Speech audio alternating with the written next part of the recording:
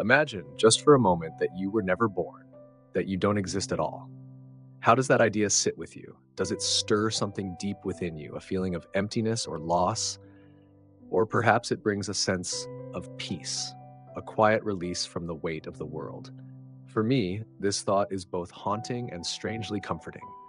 On one hand, the idea of not existing feels like missing out on the richness of life, the laughter shared with friends, the warmth of a hug from a loved one, the simple joy of a morning coffee. These are the moments that make life feel worth living, the little things that add up to something beautiful and meaningful. If I weren't here to experience them, it feels like something important would be lost, like a story left unfinished. The sadness that comes with imagining a life not lived is a reminder of how much I value the connections I've made, the love I've given and received, and the experiences that have shaped me. But there's another side to this thought. Sometimes, when life feels overwhelming, when the struggles seem to pile up without end, the idea of not existing can seem like a relief. No more stress, no more pain, no more worrying about what the future holds. It's as if the constant noise of life could be silenced, leaving behind only a quiet, peaceful void. It's not that I don't appreciate the good moments. It's just that the bad ones sometimes feel like too much to bear. The philosopher Arthur Schopenhauer had a point when he said that life is a constant striving, and to achieve anything, we must endure a great deal of suffering.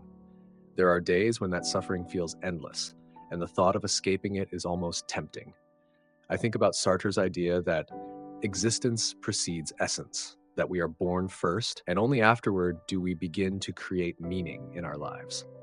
If the idea of not existing brings sadness, maybe it means that I've found some meaning in my life, that the experiences I've had are ones I wouldn't want to give up. But if the idea brings relief, maybe it means that the meaning I've created isn't enough to outweigh the hardships. Maybe I'm still searching for that sense of purpose that makes life worth all the struggle.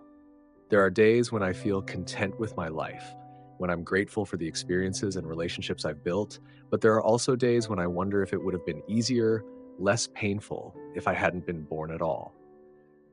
It's a strange contradiction to be caught between joy and sorrow, and maybe that's just part of being human, this constant balancing act between the light and dark aspects of life.